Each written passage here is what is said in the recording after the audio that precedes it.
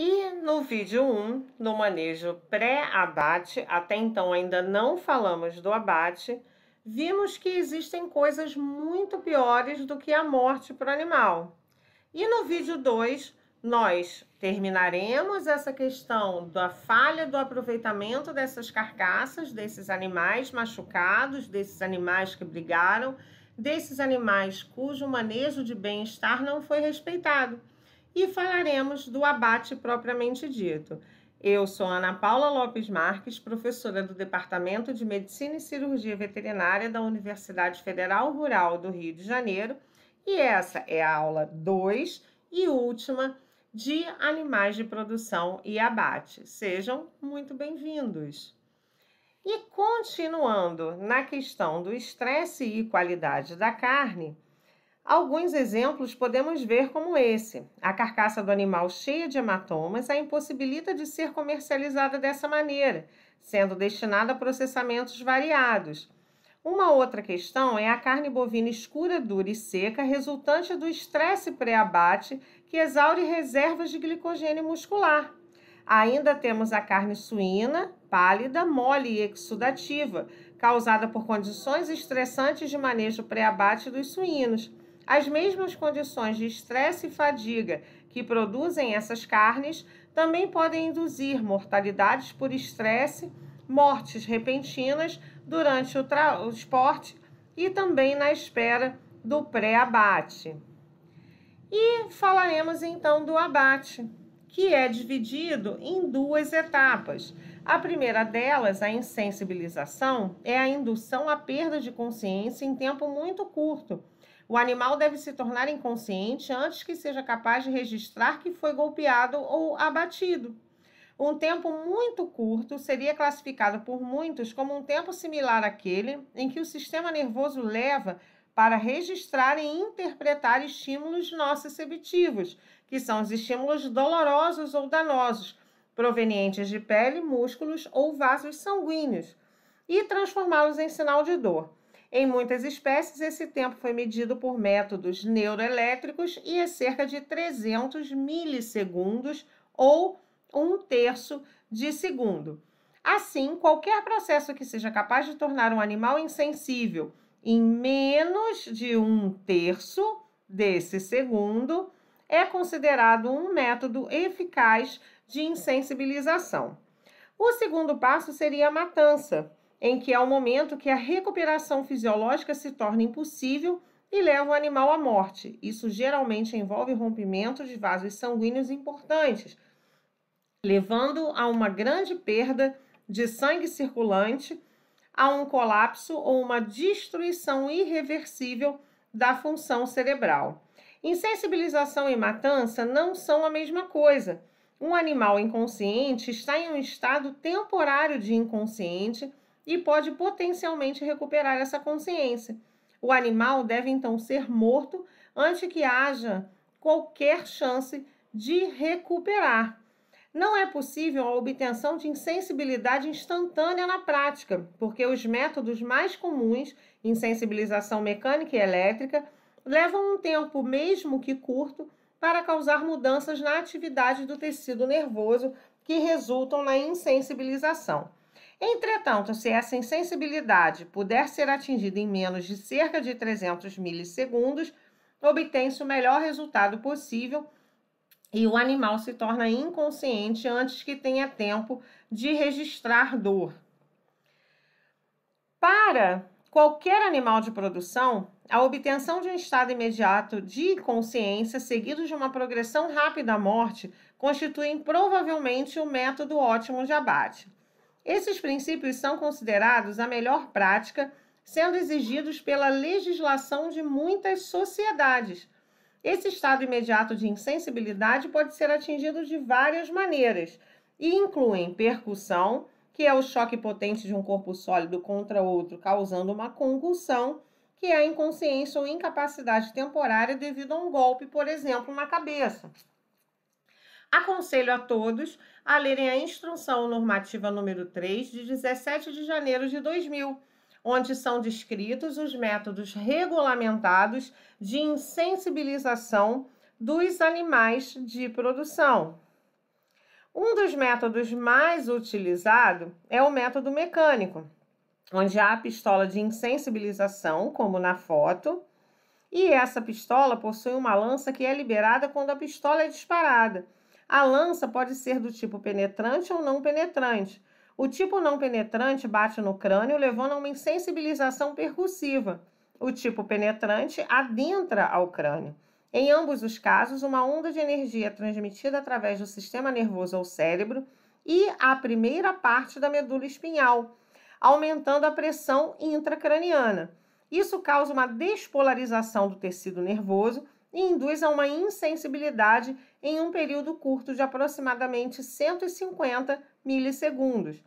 A lança penetrante também pode causar danos irreversíveis ao córtex frontal e à região central do cérebro, o que ajuda a assegurar que não haverá recuperação do animal. Já no método elétrico, os animais eles são insensibilizados a partir da detecção de eletrodos que devem ser colocados de modo a permitir que uma corrente elétrica atravesse o cérebro. Os eletrodos devem ter um firme contato com a pele e, caso necessário, devem ser adotadas medidas que garantam esse contato, esse bom contato com a pele, desde a eliminação de pelos até molhar a região onde esses eletrodos serão colocados. Também é permitido a imersão de aves em banheiras com descargas elétricas. Já o método de exposição à atmosfera controlada pode ser com dióxido de carbono ou com uma mistura de dióxido de carbono e outros gases, onde os animais expostos para insensibilização devem ser mantidos em estado de inconsciência até a sangria, sem submetê-los a lesões e sofrimento físico. Então, esses são os métodos aprovados e testados pela nossa instrução normativa. Leiam, não deixem de ler. Quando a gente vai para a pistola, para se atingir uma insensibilização efetiva, o posicionamento dessa pistola é importante e o animal deve estar contido para permitir um bom posicionamento. A contenção durante a insensibilização é uma obrigação legal na maioria dos países.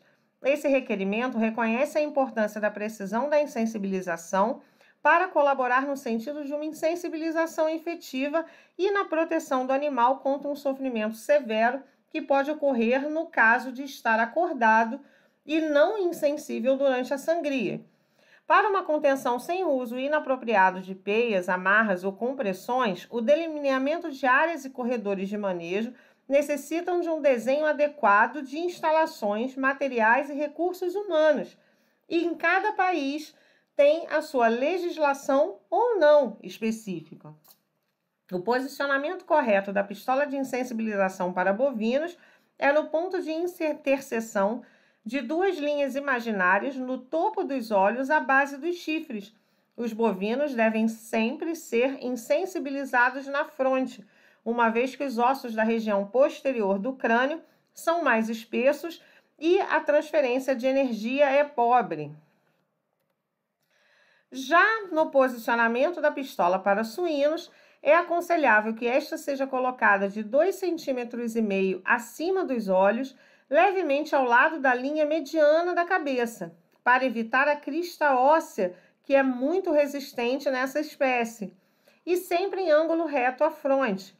Cachaços e porcas grandes e mais velhos têm um crânio muito côncavo e a energia da pistola deve ser alta ou deve ser aumentada.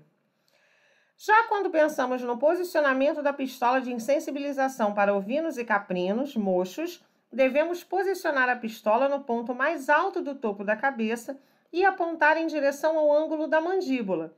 Já para os caprinos e ovinos com chifres, a pistola deve ser colocada na marrafa, que é a crista que une a base dos chifres, sempre apontada para a mandíbula. Insensibilização por percussão em animais de produção pequenos também é realizada e deve ser realizada. Para aves até o tamanho de perus, coelhos, pequenos peixes como salmão, cordeiros e cabritos pequenos, um insensibilizador adequado pode induzir uma inconsciência imediata e ocasionar danos severos ao tecido nervoso cerebral, que vai resultar no futuro em morte. E isso é o esperado. Já quando pensamos na insensibilização elétrica, esta se dá pela distribuição de energia elétrica para o cérebro. A eletricidade induz a atividade elétrica não coordenada, do tipo epileptiforme no cérebro, tornando o animal inconsciente. Se esta atividade epileptiforme puder ser induzida em tempo menor que 300 milissegundos, o animal provavelmente não sentirá a aplicação da insensibilização. Entretanto, a atividade epileptiforme é um estado temporário e, assim como os estados de inconsciência induzidos pelos meios mecânicos descritos, requer a matança do animal sem demora, geralmente por exsanguinação, antes de algum potencial retorno de consciência. A figura mostra o posicionamento dos eletrodos, que devem, lembrando, atravessar o cérebro do animal.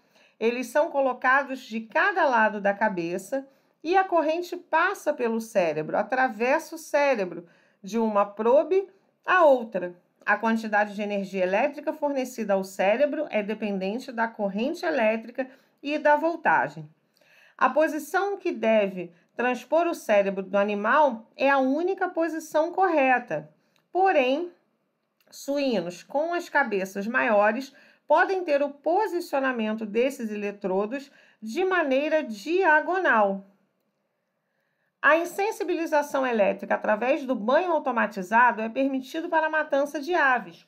Esta insensibilização é obtida pendurando-se as aves pelas patas, como vimos no vídeo 1 de abate, de forma que a cabeça de cada ave passe através de um banho, que é um recipiente contendo água com um contato elétrico. As aves insensibilizadas são sangradas e suas carcaças são colocadas em um tanque de água escaldante para auxiliar na remoção das penas. Sistemas automatizados têm potencial de causar grande sofrimento se não forem monitorados para assegurar que todos os animais estão sendo insensibilizados corretamente. Na insensibilização através do banho, os seguintes riscos podem acontecer, como choques pré-insensibilização, em que as aves podem perceber os choques de superfícies úmidas antes do banho insensibilizador. Pode ocorrer insensibilização ineficiente, com contato inadequado com a água do banho devido à falta de um bom contato com essa água. E pode acontecer também uma sangria inadequada devido ao corte errado dos vasos sanguíneos do pescoço. E então, o animal entrará em imersão de água quente para a retirada das penas, ainda consciente. Qualquer sistema automatizado deve ser monitorado de perto, assegurando que os animais sejam efetivamente insensibilizados. Animais não insensibilizados que entrem para o seccionador de pescoço sofrerão uma morte dolorosa, porque estarão acordados e terão dor e estresse até que se complete a sangria. A figura mostra patos em um banho de água eletrificado. A fila de aves está se afastando. O pato mais próximo está levantando sua cabeça para fora da água. Como resultado, essa ave não será insensibilizada e, ao contrário das outras aves, terá uma sangria bem dolorosa. As câmaras de gás, elas são também utilizadas como insensibilizadores. A concentração correta de gás também deve ser monitorada para que haja uma insensibilização correta do animal e, subsequentemente, cause mudanças patológicas irreversíveis, matando esse animal. Para aves e suínos, deve-se expor esses animais a altas concentrações de dióxido de carbono ou gás argônio, que induz um estado de inconsciência seguido de morte por anóxia. Em altas concentrações, o CO2 age como um gás anestésico, porém existe um período de tempo antes da indução de inconsciência, na qual o animal pode perceber os aspectos sensoriais do gás, como ser ácido e frio, e isso ser aversivo e causar mal-estar. Não é recomendado o uso de dióxido de carbono acima de 30% numa mistura de gases. O argônio, por si só, já não é detectável. Ele é inerte e não percebido pelo animal, e também induz a morte por anóxia. Graças à impossibilidade de acúmulo de argônio na atmosfera, o animal não passa pela sensação de pânico. Porém, o custo é relativamente elevado, então muitas empresas, muitos abatedouros com esse sistema preferem o uso do dióxido de carbono.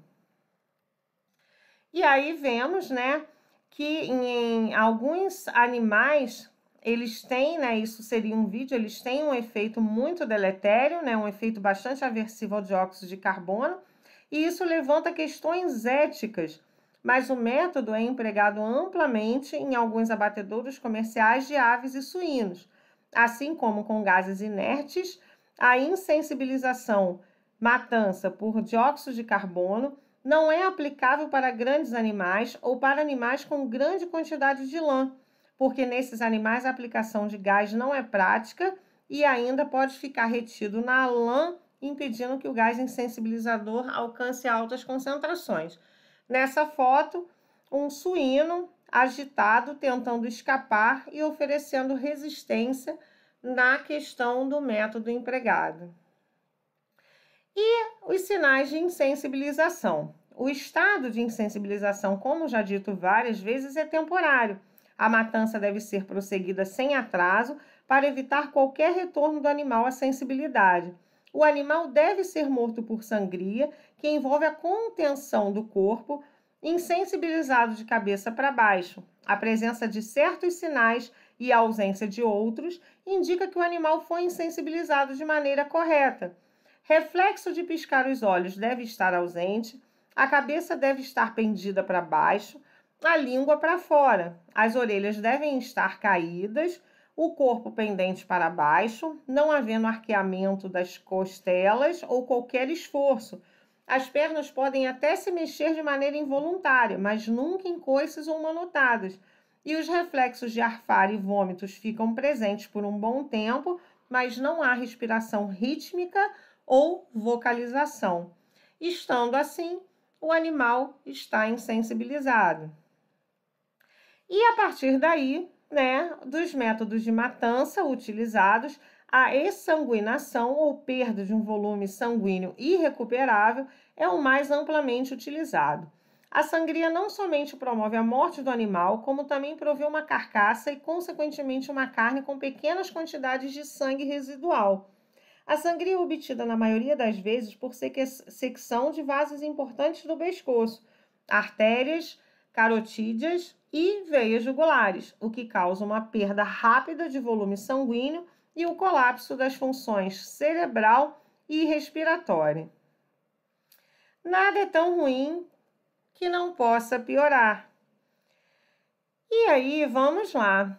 Em 2012, a ONG Repórter Brasil investigou a fundo as condições impostas aos funcionários dos 3 maiores frigoríficos brasileiros, o Brasil Foods, que é o BRF, o JBS e o Marfrig. O resultado foi apresentado nessa reportagem, que mostra exemplos típicos da realidade descrita das pessoas que trabalham em abatedouros. São dezenas de unidades industriais que foram condenadas na justiça, interditadas, multadas ou processadas por graves problemas na organização do trabalho. E os detalhes vocês podem ver no site. As informações, elas foram baseadas nos relacionamentos comerciais identificados entre os anos de 2011 e 2012. E essas relações mostraram como tais empresas distribuíam a carne brasileira em dezenas de países. O Moendo Gente, né? Então tá aí o site, visitem sempre assim que der. O Moendo Gente deu continuidade à pesquisa da Repórter Brasil, realizando o premiado documentário Carne e Osso, o trabalho em frigoríficos, vencedor de festivais dentro e fora do país, que eu quero muito que vocês reservem um tempinho para ver esse documentário e também para navegarem no site do Moendo Gente.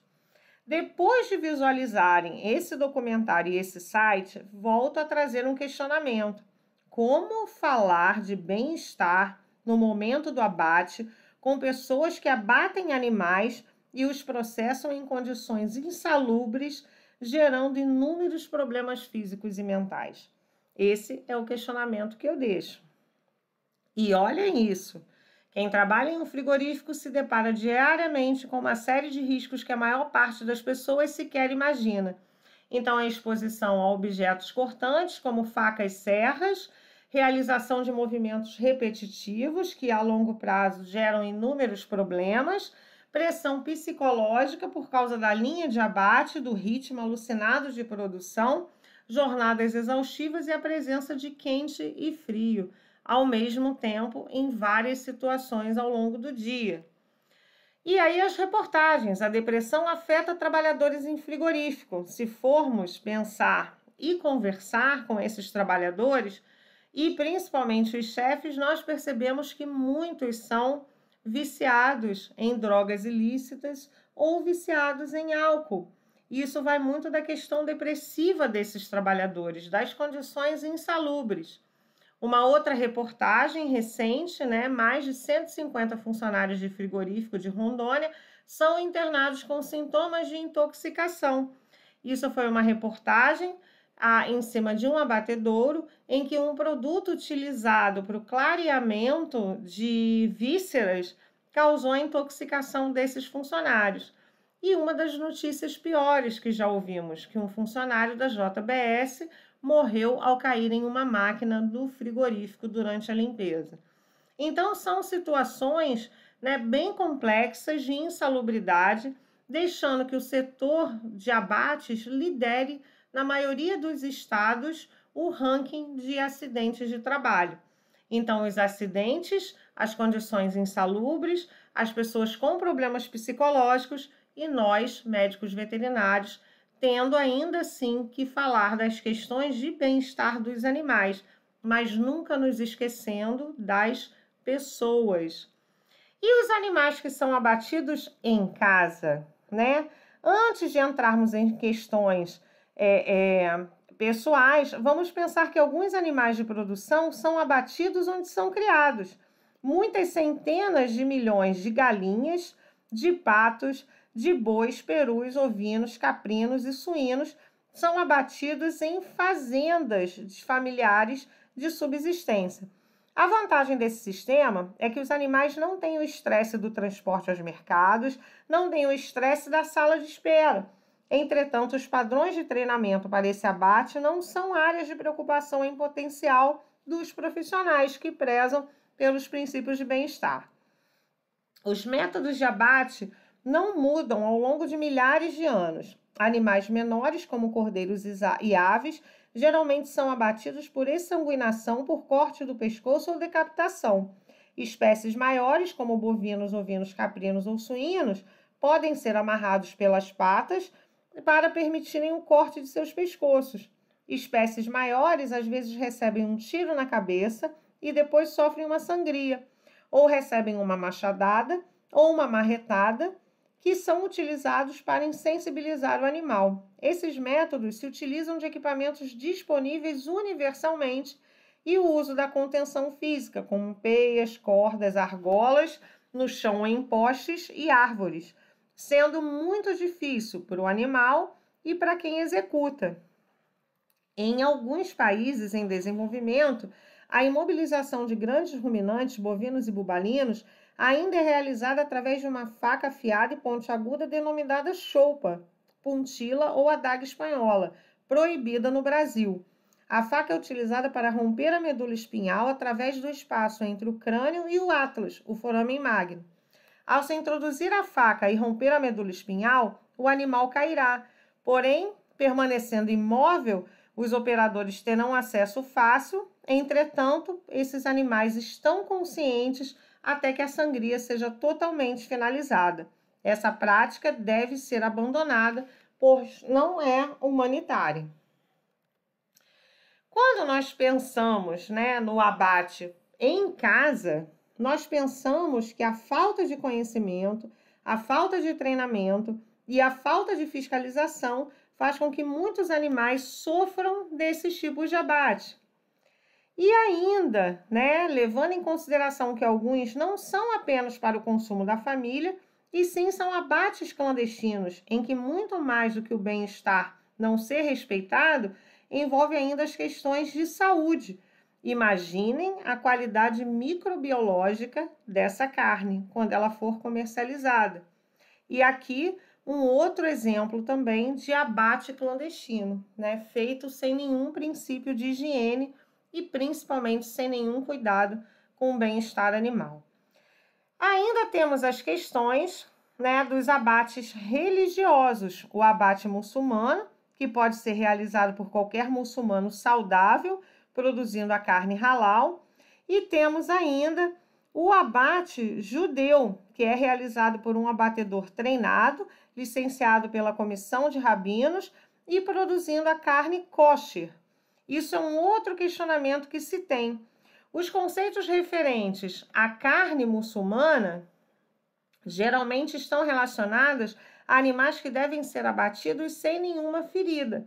Então, não é aceito pela maioria dos muçulmanos que seguem o Alcorão as pistolas de dardo cativo, nem as não penetrantes, enquanto que alguns judeus de comunidades mais novas, pessoas mais jovens, já estão aceitando o abate religioso, né, e a produção da carne kosher através do uso de a pistola pneumática não perfurante, né? Então, a gente tem aí esses abates. Em relação à legislação, né? Essa legislação, geralmente pode ser ineficiente por ter recursos limitados. O abatedouro pode não dispor de pessoas ou conhecimento para prover pessoal adequadamente treinado ou então profissional para supervisionar o abate. Alternativamente, a autoridade local ou organização de fiscalização pode não dispor de profissionais, tempo ou interesse para o monitoramento da atividade. Um outro problema que nós vemos é o treinamento de pessoal dos abatedouros ser muito limitado. As técnicas de melhor prática são amplamente descritas e podem estar incluídas em legislações locais. Porém, se não houver um treinamento dos trabalhadores nessas técnicas, eles não estarão cientes das formas através das quais poderiam demonstrar melhores níveis de habilidade profissional. Outro grande problema são as dificuldades de acesso às atividades realizadas nas fazendas. Os problemas para se promover métodos de melhor prática no abate de subsistência ou de comunidades pequenas são grandes problemas. E, por fim, a gente tem uma falta de interesse das autoridades locais na consideração do abate como uma área onde o bem-estar deve ser levado em consideração, uma vez que os animais têm uma curta sobrevida e sofrem bastante desde as propriedades até o momento do abate. E que efeitos nós podemos ter, né? O público, as organizações não governamentais, os consumidores podem, por exemplo, pressionar para a proibição ou boicote de alguns procedimentos locais, como pendurar aves pelos pés, como fazer o abate clandestino e outros procedimentos que reconhecidamente são agressões ao bem-estar. Organizações de bem-estar animal, elas devem aumentar a consciência pública e ajudar na política quanto a essas questões. Então, nós, médicos veterinários, podemos fazer lobby com as pessoas que nós conhecemos para mudança, boicote ou aumento de consciência. E a nossa legislação em si? A preocupação com o bem-estar animal no manejo pré-abate iniciou-se na Europa no século XVI. Há relatos em que os animais deveriam ser alimentados, hidratados e estarem descansados antes do abate e que receberiam um golpe na cabeça que os deixaria inconscientes antes que fosse efetuada a sangria, evitando assim o sofrimento. Entretanto, a primeira lei geral sobre bem-estar animal surgiu no ano de 1822 na Grã-Bretanha. No Brasil, há décadas já existe uma lei que sustenta a obrigatoriedade de atenção ao bem-estar animal e a aplicação de penalidades a quem infringi-la. A primeira legislação brasileira que trata desse assunto é o Decreto-Lei 24.645, de julho de 1934, Com o decorrer dos anos, foram surgindo novas legislações, assegurando, entre outras finalidades, o cumprimento das normas referentes ao bem-estar. Como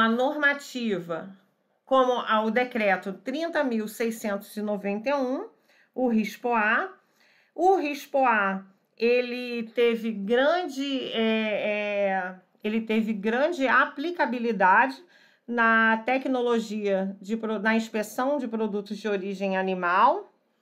A instrução normativa número 3, que são os métodos de insensibilização já citados. A normativa número 56, que tem as recomendações de boas práticas de bem-estar para animais de produção. E várias outras legislações que nós podemos ver, como a portaria número 524, que institui a Comissão Técnica Permanente de Bem-Estar Animal. Temos também o ofício circular número 550 e 562, que responsabiliza fiscais federais para verificação de bem-estar. Instrução normativa número 46, de bem-estar animal para instalações, manejo, nutrição e aspectos sanitários. E, recentemente, uma resolução, a 1236, de 26 de outubro de 2018, em que define e caracteriza crueldade, abuso e maus tratos contra animais, colocando os médicos veterinários e os zootecnistas como responsáveis por uma conduta correta. Por que citar essa lei? Porque essa lei ela fala sobre o abate, sobre o transporte e a comercialização, dizendo que é dever do médico veterinário e do zootecnista manter a atenção para prevenir e evitar os atos de crueldade, e que em qualquer constatação ou suspeita de crueldade, abuso ou maus tratos, que esses profissionais devem anotar em prontuário e fazer pareceres ou relatórios. Então, essa é uma das legislações novas. E, finalizando, deixo, então, como referência, a nossa querida doutora Temple, que trabalha com a questão de bem-estar e comportamento de animais de produção, e ela nos ensinou bem: se nós formos gentis com os animais, eles serão gentis conosco. Então, era isso que eu tinha para falar. Terminamos aqui a parte 2. Tenham um excelente dia.